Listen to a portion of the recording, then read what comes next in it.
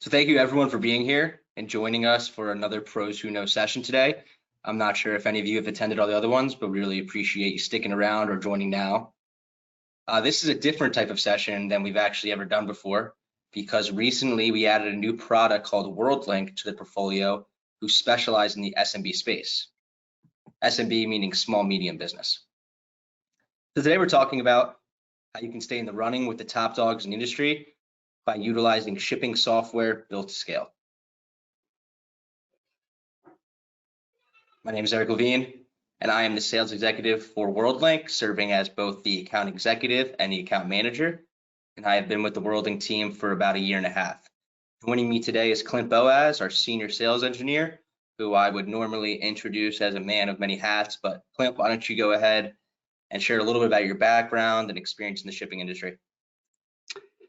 Yeah, I've been with the company for about 5 years, mostly in providing demos and helping formulate proposals, statements of work, and things for our solutions. But I've been in multi-carrier shipping for 21 years.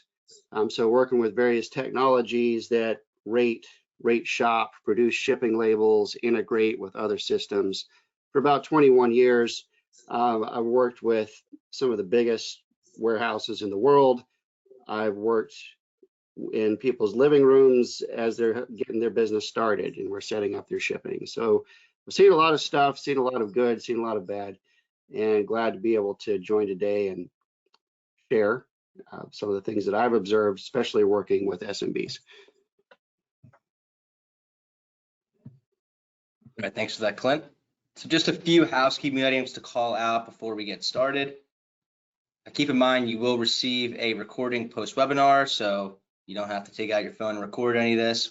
We'll make sure you have access to it. We encourage you throughout to submit questions for us to answer. We'll do some Q&A at the end, so just hold off on questions until then. And lastly, handouts will be available for download, so you'll have access to all the different handouts that we make available. All right. So in this session, we'll be covering 3 main topics. We'll start off touching on the challenges for SMB and mid-sized businesses in today's shipping landscape. Then we'll cover must-have shipping features in a multi-carrier solution. And then we'll talk through the main items you need to consider when you're evaluating and implementing shipping software. And we'll conclude the session with closing thoughts and a Q&A session. And throughout, just keep it interactive. We're going to have some poll questions. We got a few of them. And just to start off, we'll ask a poll question. And poll question number 1 really addresses your experience with the subject matter today. Just asking, are you currently using multi-carrier shipping software for your small or mid-sized businesses logistics operations? So give us a moment there. Tell us your experience. We're curious to know, and we'll share the results here momentarily. Give you a few seconds to answer that question.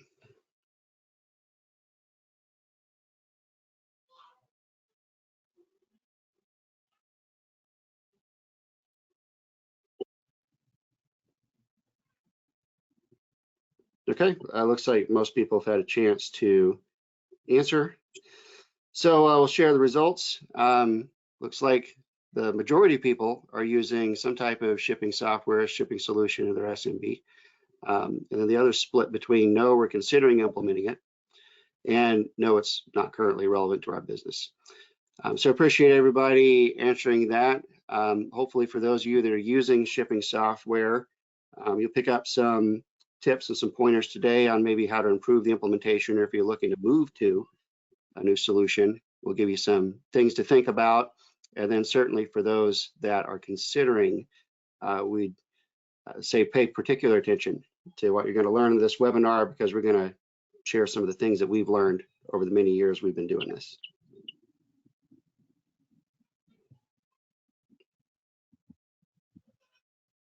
So with that, we can get started on the presentation today. First thing we want to touch on is just some challenges that small and mid-sized businesses are facing today and we will start off just with a general overview of the current state of the parcel market. Yeah, so aspects of where we are right now with parcel, I think, are relevant to the discussion. First off, story of the last few years has been the spike in e-commerce. You see this pretty familiar government data showing the percentage of retail sales that are now e-commerce. And of course, it's jumped since the pandemic and been high ever since then. And of course, if you're an e-tailer, online e-tailer, this directly affects you. It affects the fact that you have more packages that you got to get out the door now, more shipments to execute in order to get goods in the hands of consumers. Even if you're not a retailer or an e-tailer, it still impacts you with different opportunities, with different challenges that we've seen develop in the last few years. One of the opportunities is that this demand for different shipping and logistics services really fuels the diversity of the networks and the different technologies that are out there to support parcel shipping in particular.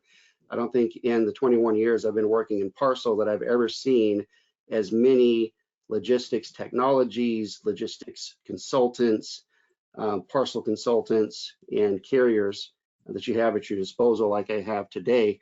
So a lot of things available in supply chain.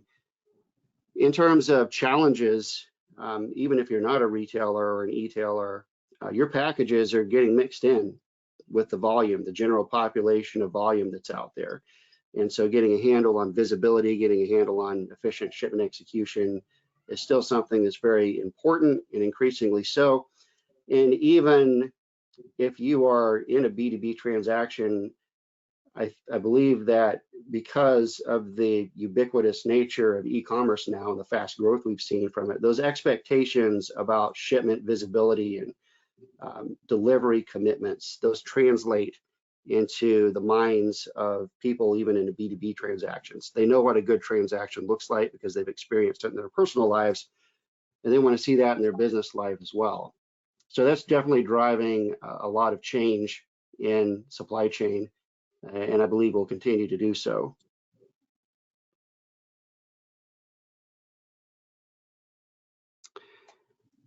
And then next, really the proliferation of different logistics providers and carriers that are out there in the markets during the pandemic, since the pandemic. We've seen a lot of new carriers enter. These could be regional carriers, strengthened regional carriers. Of course, you've had OnTrack and LaserShip join forces recently. You've had new same-day carriers enter the market. You've seen new postal consolidators enter the market. And even some of the larger carriers, in the oligopoly, if you will, have made overtures to the SMB segment. UPS has really gone after SMBs in their bigger, not better strategy. They've been aggressively pursuing SMBs where they get a higher margin on their packages. It's the reason behind that.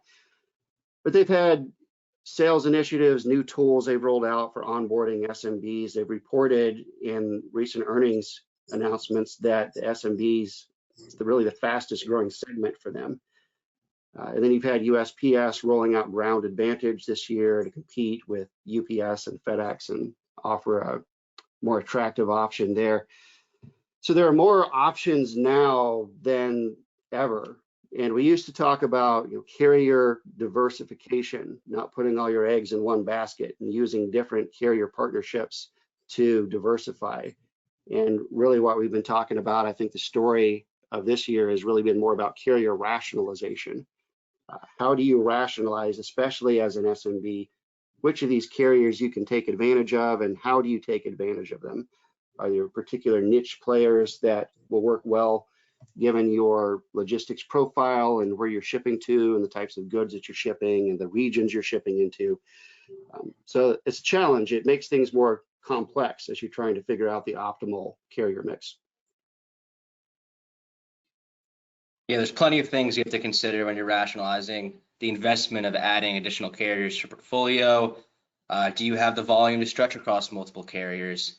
Now, all the big carriers, their reps are going to tell you you're getting the best rate you can possibly get, but rates are constantly changing, and at time of shipment, a regional carrier might actually be more advantageous, whether it's lower cost, lower times in transit. So you have to consider the price of a happy customer, where you can get it to them faster, you may have to eat a larger hit internally when it comes to shipping cost, but you gotta leverage that against the price of the happy customer and retaining their business.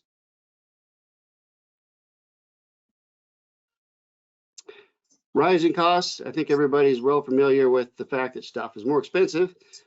But you see the CPI, you see the fuel index here is definitely spiked last year and has come down a bit, thankfully, but still is high relative to where it's been. Of course, carriers every year have their general rate increase, but you're seeing now this trend of demand surcharges, or what we call peak season surcharges. Even some of the regional carriers are tacking on demand surcharges now.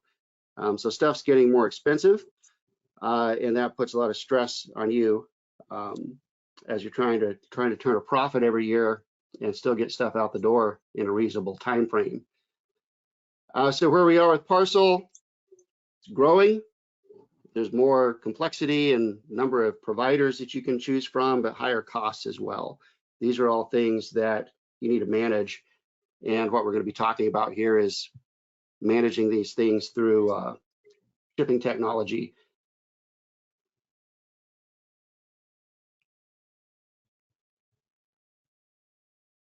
Now we're going to talk through some challenges that accompany the current environment. So Clint was touching earlier on fast delivery to compete with large enterprise businesses, but just as important to fast delivery is meeting your delivery promises to your customers. It only takes one bad experience for a customer to shift to using a competitor. And I don't know about you, but for me, not many things get someone more upset than a product arriving late, especially when they needed it by a certain date. So think about it like an example like this. If you were planning on working on your house for a weekend and you needed a new drill and you ordered it from one supplier and they promised delivery by Friday, and then you planned your entire weekend around it, then you get an alert Friday morning that it's not going to be there, you're going to be pretty upset. You could have spent your weekend hanging out with your kids, taking your partner out for a date, could have done a multitude of different things, but now your weekend has been flipped upside down, and likely next time you're ordering a drill, ordering a piece of equipment, you're probably not going to go to that company. So a multi-carrier solution will equip you with the capabilities to either deliver on time, or it's going to provide you with visibility to notify your customer that it's going to expect to arrive late, closer than the expected date of delivery. If you're shipping hundreds or thousands of shipments per day, it's taxing to manually track each shipment by entering a tracking number into a carrier portal. So you need to equip yourself with a solution that provides you with that insight and can actually communicate that status to your customer at the same time that the carrier updates on the website or portal. Clint spent a lot of time earlier discussing carrier rationalization, so we don't need to get too deep into that.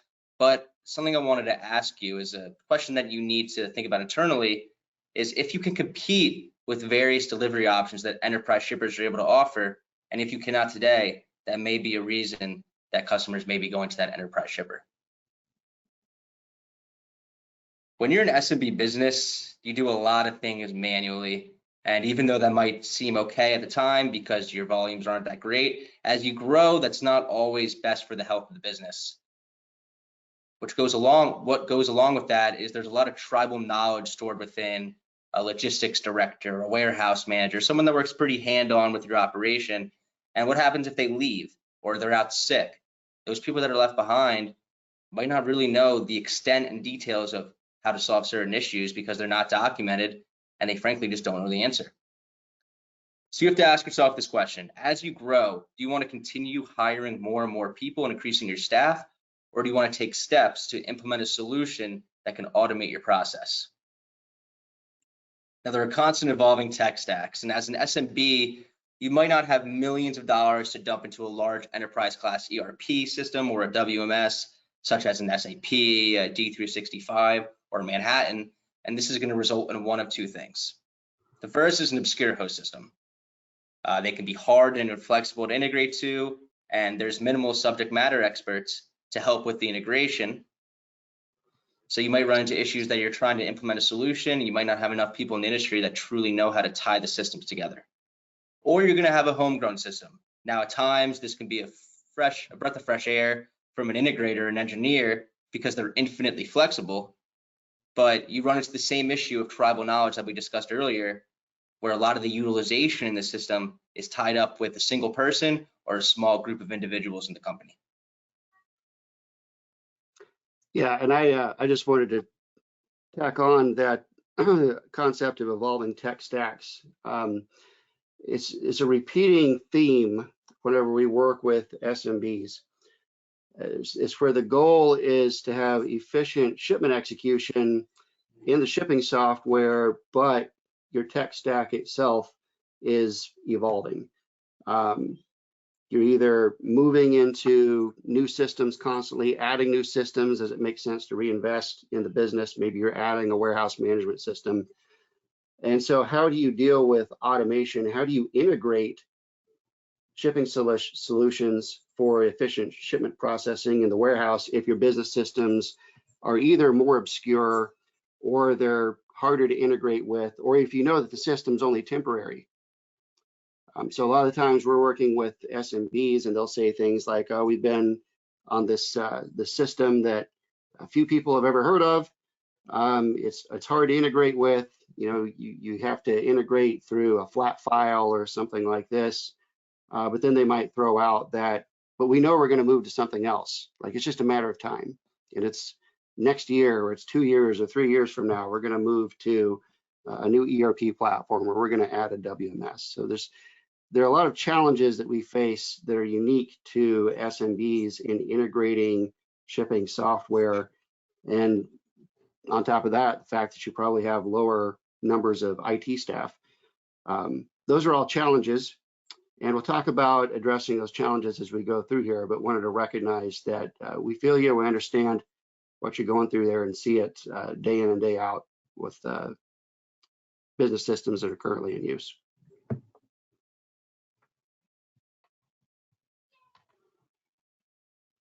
To provide some context to some of the challenges that businesses face with how we actually address those challenges, I wanted to quickly talk through a project I did right about this time last year with a small medium international distributor of health and wellness products. So issues arose as they grew year over year, and their volumes actually spiked due to the COVID bump in e-commerce. But as their order volumes increase dramatically, so did their complexities in those orders. And frankly, their manual approach was no longer working. So we were able to solve a multitude of issues for them. The first one being carrier consolidation. At the time that they came to us, they were working off of multiple different carrier portals for parcel, whether it was Ship Manager, Server, UPS's carrier portal, or other small regional carriers' websites. They were also doing LTL carrier portals as well. So they were doing what we call the solo chair approach, going to all these different interfaces, manually inputting information, getting a rate, assessing that rate internally, and figuring out what the best way to ship given certain conditions. So we were able to consolidate everything to one platform to ease the decision making, or at least ease seeing all rates at a certain period of time. We were also able to automate order and shipment information for them through a host system integration. So they were facing issues with either it was incorrect addresses being entered because they had people manually inputting information, or it wasn't the correct weight. So they were getting fined by the carrier or getting invoiced for a larger rate than they anticipated because there was a lot of issues with manual entry. So by doing this integration, we not only reduced that, but we were also to decrease time spent between moving between systems because everything was automatically inputted via a unique identifier.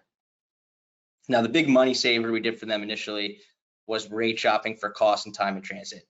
They had a decent sized carrier portfolios, and they were just not taking advantage of the opportunity to find the best rate at the time of shipment. And then in specific situations, they were also not leveraging the fact that they could ship it on a pallet instead of in multiple parcel boxes. So we're able to help them out with rate shopping, whether it was for lowest cost, lowest time in transit, or a combination of both. Immediately in the first year, they were able to see a lot of cost savings based off that. And the other form of savings we were able to help them out with was workflow and warehouse automation. So the first way we did this was by decreasing the time to print a label to handle more throughput.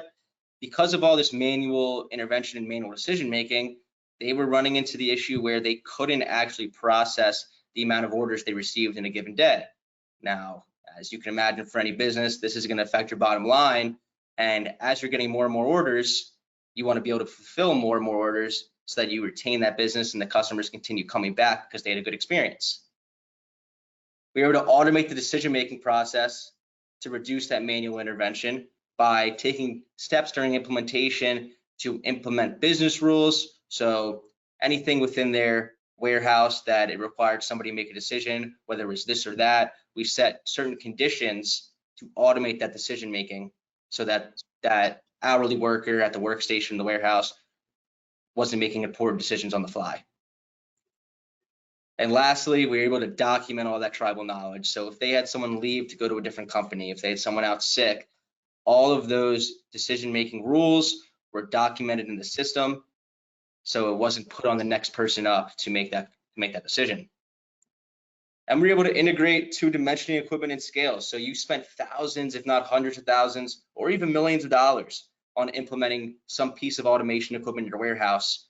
You want to bring that into another integration with a software company. So we were able to bring everything in the warehouse into the scope of the project and kind of give them more of an ROI on some of the equipment that they invested in. And lastly, we helped them out with document generation. As their volumes grew, the order complexities increased as well. So they went from shipping limited quantity to fully regulated. Now, as you're doing that, a lot more documentation and complexities coincide with dangerous good and hazmat shipping. So we were able to prep them with all the necessary documentation, ensure they remain carrier compliant. And then as their volumes grew, they started expanding more and more globally. So we're able to prep them with, again, all the necessary documents and actually paperless documents so they could document everything in the cloud or just in their internal databases. Yeah, and one thing I'll point out here, this list of areas of improvement where we really help this company. Most of the time when you're talking to people in the industry and you talk about multi-carrier shipping software, first thing people think of is rate shopping. And that's fine. That is definitely an attractive capability of multi-carrier shipping. But you see all the other areas where we help this company: carrier consolidation, integration, automation. I mean, it's not uncommon that the real value of implementing the system is as much in the integration and the automation and taking manual tasks out of the equation. The savings and the improvement for the business is a lot of times really concentrated in those areas, and then the rate shopping is just gravy on top. So we're going to have another poll question here. Let's do our second poll question. On this one, we're going to ask about some of the challenges that you've encountered. So what do you believe is the biggest barrier to implementing shipping software? Budget, resources, timing, or technical challenges? So I'll give you about a half a minute to answer that.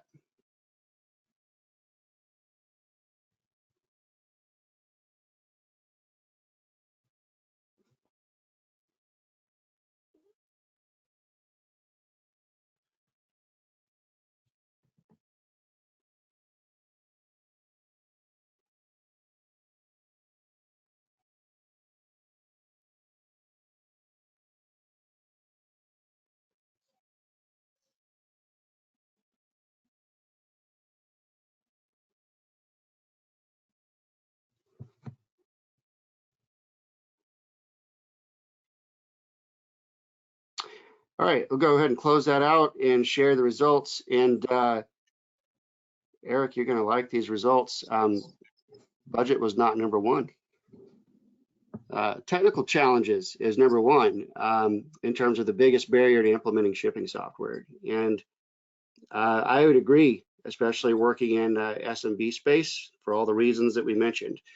Sometimes you've got a smaller IT staff. You've got some of these barriers to implement, various hodgepodge of carrier systems or host systems. So I would agree there. Second is budget, being able to justify ROI and having the funds available. which is something we'll give you some areas here where you can get ROI on a solution, and then thirdly, resources, and then timing.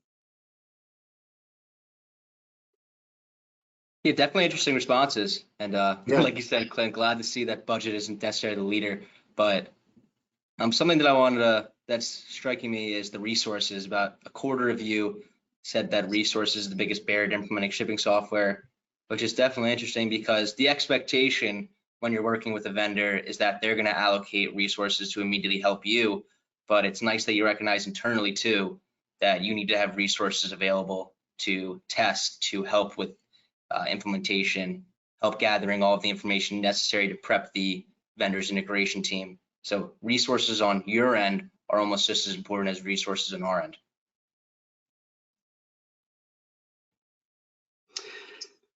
All right, so let's move along. All right, now we're going to touch on some must-haves when you're looking at different shipping features. As we went through this, there are a bunch of essentials when you're considering different shipping features to be in the solution of choice. However, we really broke it down to three main ones that we saw as the most important in the industry. That's rate shopping, speed and efficiency, and visibility. Now, rate shopping, like Clint touched on, is kind of what everyone expects as the way to save the most money when you're looking at a multi-carrier solution. It's basically in the name when you're saying multi-carrier, how are you going to take advantage of multiple carriers? So you need to be able to leverage the different negotiated rates you have with each carrier and save money with you can through shopping for lowest cost, lowest time in transit, or a combination of both. What's a little underrated is the speed and efficiency, and this can be assisted through workflow and warehouse automation. So your software should be fast. The rate shopping should be sub-second or within a couple seconds. It should never be holding you back, but your process should also be fast, efficient, and smooth, so that's not holding you back either. Clint and I actually had a conversation with a customer recently where pickers and packers were actually beating the label to be printed. So you had them putting together a shipment in a box, pushing it down the line, and then standing there waiting to put a label on it to move to the next step in the warehouse. That's completely unacceptable. If anything, the label should be waiting there for the box. The second the box gets there, a label can be pasted on it, printed and applied on it, and it can be put to the next step in the process. And the last essential here is visibility. With a lot of legacy systems and integration, you'll only see shipment visibility until end of day, but that's a huge problem. At 7 p.m. as a consumer, I might be interested in the status of my package or seeing where it is. I don't really only care about my package until 5 p.m. every day. So you need to partner yourself with a solution that can provide a real-time visibility so you can receive constant updates on the status of your package. And then this other part, distribution capabilities to level the playing field. I think it's really one of the biggest myths that we want to bust. And it is the myth that in order to get the most efficiency and cost savings out of your warehouse operation, you've got to be a Fortune 100 company that's dumped millions of dollars into systems to gain those advantages. With a leading shipping system provider, you can get the same advantages that larger operations get at whatever scale is appropriate for your business size. So some of these would include centralized administration. A lot of the free carrier systems that are out there, those are not centralized. Some of the lower tier providers in this space, they don't provide a centralized solution. Every system is an island in and of itself. If you've got 5 workstations out there, you've got 5 integrations to your host system. They don't talk to each other. They might not even share a common reporting capability. So there's a lot of downside to that. And it's hard to resist free, especially when you're a startup or when you're smaller. But eventually you want to move to something that is centralized, where you've got one place to make changes, regardless of how many workstations you have, regardless of how many locations you have.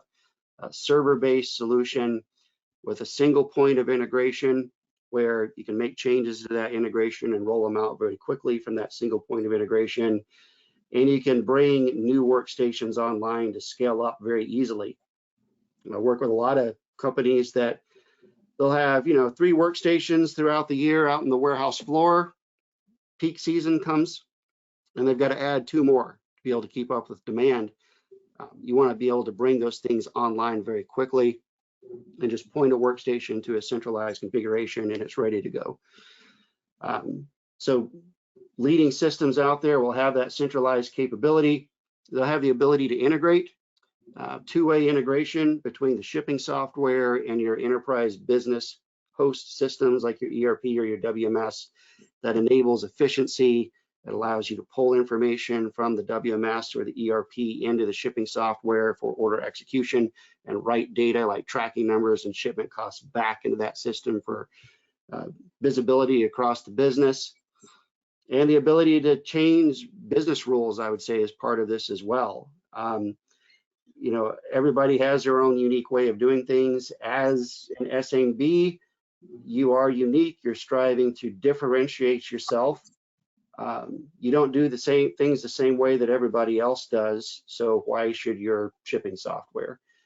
If you have rules that you need to adhere to, whenever you're processing shipments, certain carriers are only used for certain customers, or certain customers you always need to print some additional documents. Put those in to a shipping solution and automate those things so that you can get it right every time and please the customer every time. And this idea of extensive carrier portfolio, like I said, I've seen more carriers and more options out there than I have in the last 2 decades. Systems should give you access to the same carrier portfolio that the big enterprise shippers have access to. And you should be able to achieve that carrier rationalization, whether it's through rate shopping or whether it's through business rules that dictate the routing of the way that you ship. In a lot of ways, as an SMB, you're more agile, you're more flexible and nimble. That's an advantage. And being able to use some of these system capabilities to quickly implement changes across your business is something you should be able to take advantage of. You're not encumbered by hundreds and hundreds of store locations or dozens of distribution centers like some of the bigger shippers are, but you should still be able to use these capabilities and to bring them to bear and change them nimbly as you need to.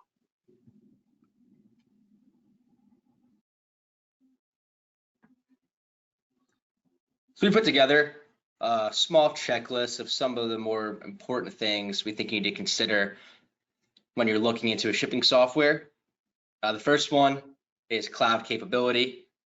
Now, Clint touched on a centralized system. Cloud capability does give you that advantage.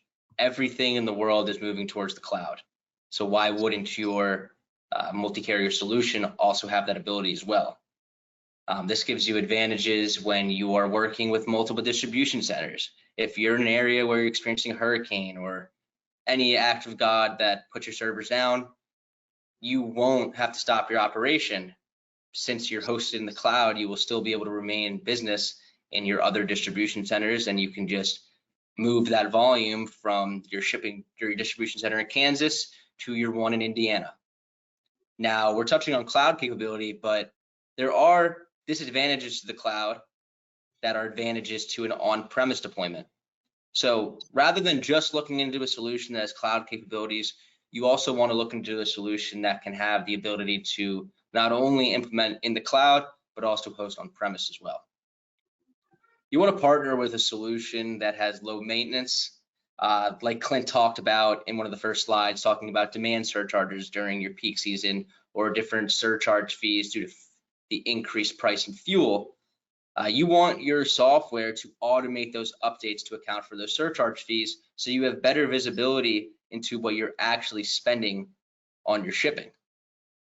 Also, it's important to find a partner that has extensive support. So not only support that will respond to you in the SLA that they've identified, but also that it's actually going to solve the problem that you're identifying. More and more, we have customers coming to us saying, yes, they responded to us, but it took them 3 months to fix the issue. You want a support department that is responsive, and has good execution. And lastly, that support department, we think it's really important for it to be domestic based. When you have something that's domestic based, even if you're on the West Coast working with support that's based in the East Coast, you're only dealing with a couple-hour difference. However, if you're looking at a support department that's based across the world in Asia or somewhere else, those time zones can be a huge problem when you're calling them, and for them it's actually 3:30 in the morning.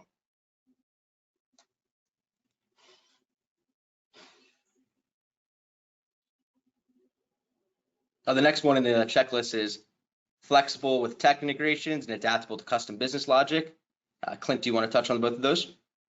Yeah, this is one that I think we keep coming back to because, again, it's a repeating theme working with SMBs. But, as your business is growing, your systems grow with you. Sometimes you have to shed systems and bring new ones on that are more capable. The analogy I like to think of is like children's clothes. When they're younger, they're constantly outgrowing clothes. Constantly, you got to get new shoes, new clothes for them. And you may be in a position where you're switching ERP or switching WMSs more frequently as you grow. And you may need to reintegrate shipping with those things. So it's important to find a solution that has an open integration architecture that doesn't hold you in a box, but lets you integrate to whatever you need to integrate to and whatever method you need to integrate to. We've seen a lot of companies, smaller companies, when they get started in their garage or in a small warehouse, they'll buy a piece of shipping software because it was designed specifically for the smaller e-commerce platform or the smaller ERP that they started out with, and then eventually they outgrow one of those systems. They'll outgrow their e-commerce platform, and if they do that, they've got to change shipping systems because that thing was built specifically for that platform. So you've got to reintegrate there. Or sometimes they outgrow the shipping system. They need more carriers, they need more automation, they need better control of rate shopping and rate selection. But that thing that they bought when they were, a 5-employee company has a very specific workflow that it locks you into. And they're going to find something else now that is more flexible. So I think the best advice there is to start with something that can adapt. If you need to integrate through a database connection, you need to integrate through a web service connection, whatever that capability needs to be able to handle all of the above and be able to change the workflow so that whatever happens in the future as you grow and as you keep expanding into new capabilities and new markets, you've got something that you've invested in that will be an investment that will keep paying off forever. Yeah, exactly like Clint said. And lastly, it goes with what Clint was saying about it needing to be user-friendly. So there's two parts of it being user-friendly. First part of it is easy to use, as it does not require much training. You get to the point when you're done implementation and you finish your testing and you want to move towards go live. Obviously, you need to train your users into how to use the software. You don't want to spend weeks of time training them. It should be fairly easy to do. It should be an interface that's almost self-explanatory so that they can roll it out to production as soon as possible once the hard work is done in the integration portion of the project. And like Clint was saying about being adaptable to custom business logic and flexible, you want your solution to conform to your business requirements. We've been talking about how every single company is differently and you want to work with a solution that can be customized specific to your needs. We're not here to rebuild the wheel. We're not here to redo your workflow. We want to fit in where you need us to fit in. So it's important you work with a company that can fit in where you need it to and isn't looking to redefine your workflow and your operation. So we're starting to get some good questions come in. I'm going to forego the poll questions, so we've got time to address those. So let's just advance.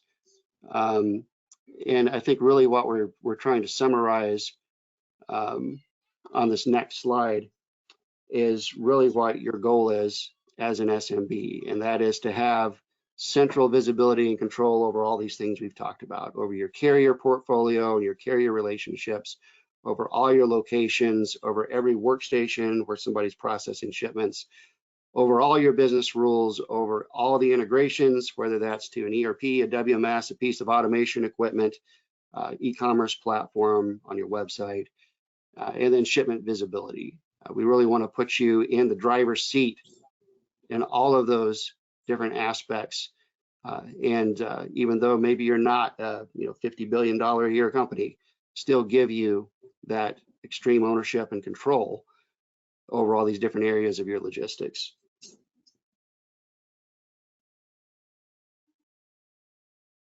This is the last segment of the session here, and then we'll move on to closing thoughts and Q&A. So we're going to talk about things you need to consider when evaluating and implementing shipping software. So there's numerous things you need to consider when you're looking at implementing a multi-carrier solution. We put together a list of the main items you need to consider during the evaluation process. For me, one of the most important items that I want to touch on here is understanding your logistics profile. I think Clint's going to go into one specifically as well. So with your logistics profile, it's really important to look internally and understand who you are. So how many distribution centers do you have? Or how many stores do you have? Areas that you want to ship from? What's your carrier what's your carrier portfolio looking like? Is it diverse in different modes of transportation? Are you doing parcel and LTL? What hardware do you have in your different distribution centers that you want to bring into the scope of the project? Do you have automation equipment? Do you have dimensioners, scales? The last thing that you want to run into is you finish implementation and realize you left something that you invested thousands of dollars in out of scope and that you're not truly reaping the benefits of. Yeah, and you may not have an extensive RFP or anything like that that you've put out for evaluation, but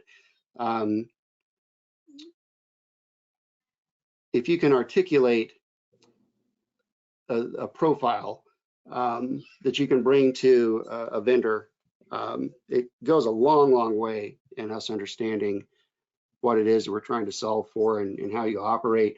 One of those areas is this idea of the GUI versus the API. So with the GUI, we mean graphical user interface, like a traditional end-of-line shipping workstation where somebody walks up to it and they point and click and process a shipment. And then the API is more of a black box system where some point in your workflow, like maybe in the WMS where somebody finishes a packing routine and makes a call to an API and you get a shipping label back. Which of those two models, if you had to choose from, is the best? And we work with a lot of businesses, particularly in the SMB space, who haven't really thought about that. Maybe they haven't considered using an API because they've only used an end-of-line GUI workstation before in the past. But being able to determine which of those models brings the most value is critical because it's a big fork in the road.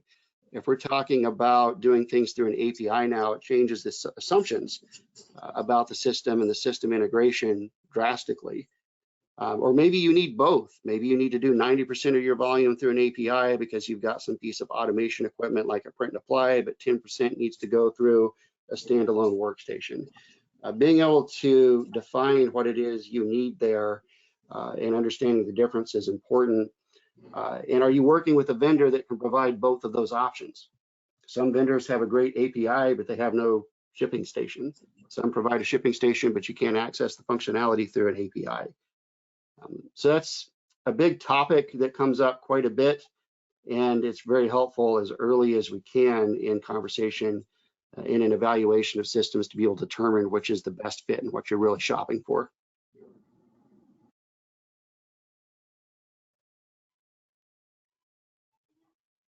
And the last thing we want to touch on today is talking about tips for a quick and efficient implementation timeline. So the first thing we want to do is on both sides, you're going to want to chart out your workflows. So when you're looking into a multi-carrier provider, you want to chart out your own personal workflow to get an idea of where you think the solution best fits.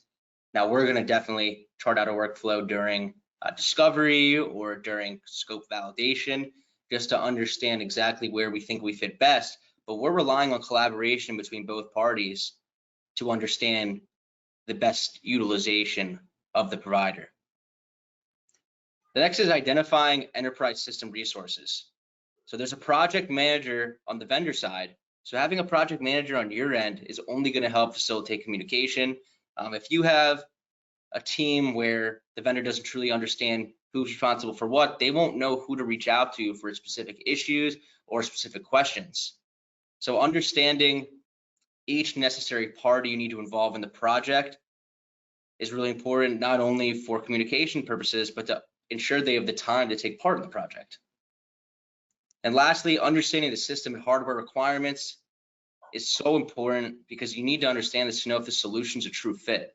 The last thing you want to do is begin a project and realize your systems are not compatible. If you have automation equipment, we've been talking about dimensioners, scales, things of that nature that you've invested a ton of money in, you need to ensure the software can integrate and work with it, or you need to be looking elsewhere at a different provider. And we were talking about spending a lot of time training and making sure you have a user-friendly interface and easy-to-use software. But a quicker way to even implement is by applying something we call train-the-trainer method. So we may find a group of managers or a few individuals that work with the people that are actually going to be the users at the different workstations, and you train them, and then those trainers can then go internally and have different workshops to train the users. So they're not really relying on too much of your services team, and you can leverage internal resources.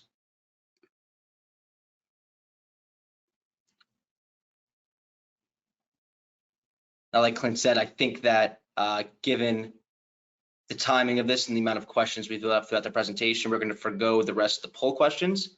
So with that, we'll move on to our closing thoughts. Clint, do you want to start off? Yeah, I mean, I think the closing thought here speaks for itself in the bullet point: small but mighty. You may not be Fortune 100, but you still have the ability to leverage capabilities, features, value adds that a shipping solution can provide to you, and to be able to capture the same advantages that a larger enterprise would have, and to be able to use that and use that leverage to grow your business. Yeah, the largest takeaway I want to leave you with is help me help you. All right, we can only help the problems you identify or at least make visible to us. So even though it might be painstaking, taking time during discovery is extremely important to the rest of the project. So being as transparent as possible about what you currently have versus what you want or need and your requirements is only going to help your provider to execute a successful implementation.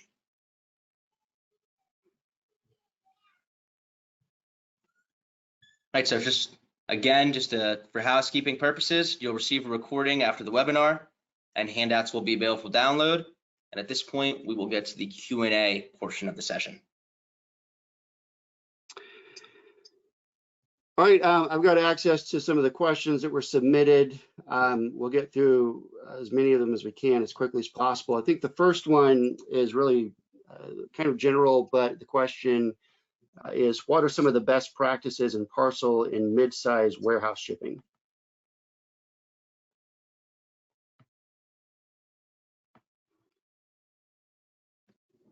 Erica, I mean, if I was going to take a first stab at that, not to sound sarcastic, but I think kind of all of the above, right? Like the things that we've been talking about, having system integration, leveraging carrier capabilities and bringing those to bear, giving centralized control over the system to an administrator.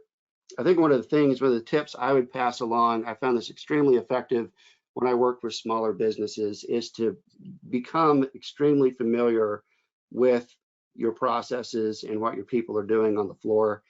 Whenever I was working with a business, I always like to just take a notebook and a piece of paper and a pen and go to the person who is responsible for picking or packing or shipping and just say, walk me through your process. Talk to me like you're training me my first day on the job. And you'll be amazed at the things that you'll find that your people deal with out there. They'll tell you, hey, UPS is fine. FedEx shipping is fine, but for some reason, every time we get a USPS, I've got to go do this other process. And it's something that could completely be automated and brought into a more efficient workflow. So I think those, user interviews, if you will, are extremely beneficial. And in a smaller warehouse operation, they can be pretty comprehensive and pretty exhaustive because you don't have to interview, 1,000 people. Yeah, Clint, I think you said it best. I think we can move on to the next question. Okay. Here's one. This is, do we, as the customer IT team, have access to make customizations such as business logic or documents, or we must have you, WorldLink, make those customizations? So with WorldLink, we're open scripts. So you'll have full access to the client-side script, and actually all the different changes will be tracked. So you'll be able to go in at any point and you can implement your own business rules, your own customizations, anything of that nature. You can actually take some of the duties of our our services team during implementation and do them yourselves if you have that internal expertise. So we actually always want you to do that. We always want you to leverage your internal expertise. You hired the people for a reason. You want to use their specialties. So we do not close down our scripts at all. We allow you to go in whenever you want. And again, we track that just so in case there's an audit, in case we need to do an audit in case something goes wrong, we're able to see where things went wrong, who went in, and what happened. Perfect. I'll take this other one, which is, can hazmat item data be pulled from the ERP, or it must be entered, like double data entry? And absolutely there, going back to the idea of efficient integration, efficient workflow, one of the things that you can do with our solution is integrate the hazmat data. So if you need to capture UNID, packing group, unit of measure, all those different things, we want to pull those from the ERP in those scripts so that you don't have to double key information. And then I think the last one we'll have a chance to get to is a good one, and maybe one of the ones we should have addressed first off. But Eric, what is the difference between the ProShip and the WorldLink software? That's a great question. So the first difference that you do look at here is that ProShip is built for enterprise shippers. So they're their own rating engine. So when you're talking about speed and reliability, things of that nature, where you need a label produced in less than a second or else you're not going to be able to handle that throughput for a day, ProShip may be the better option for you. WorldLink's actually able to leverage those engines, but we could also traditionally connect to carrier APIs as well. When you're looking at a system like WorldLink, it has traditionally it's deployed as an interface. It's a browser-based application, so you access it via a browser of your choice for browser agnostics, whether it's Edge, Chrome, Mozilla Firefox. You're able to access it that way, whereas ProShip is more typically deployed as a black box API. Both solutions tend to have similar capabilities in the sense that we can be dual deployed as a user interface or an API. But when you look at the usage of both, we would say that WorldLink is traditionally, you're going to want to use our user interface. You want to put it in an environment where you are accessing it from a desktop and utilizing a browser, whereas ProShip is definitely more used behind the scenes, more configurable, things of that nature. Clint, do you want to jump in and share a little bit more? No, I think that's correct. Also, WorldLink is really designed more for rapid deployment. A lot of pre-built capabilities in it, whereas ProShip tends to be more open and gives more customizable capability rather than rapid initial deployment. I think that would be the other thing that I would add to that description. So in general, in terms of segments, WorldLink more designed and aligned for SMB, and ProShip more designed and aligned for large enterprise shippers that are doing, tens of thousands or hundreds of thousands of shipments a day. Definitely.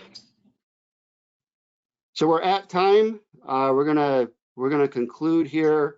Want to thank you for joining. If you have any other questions, please contact us. Our contact information is on the screen there. Give us a call, send us an email. We'd be glad to talk with you about anything we've discussed today or any other questions that you might have. But thank you. Have a nice rest of your day. Thank you for joining. Thank you for joining.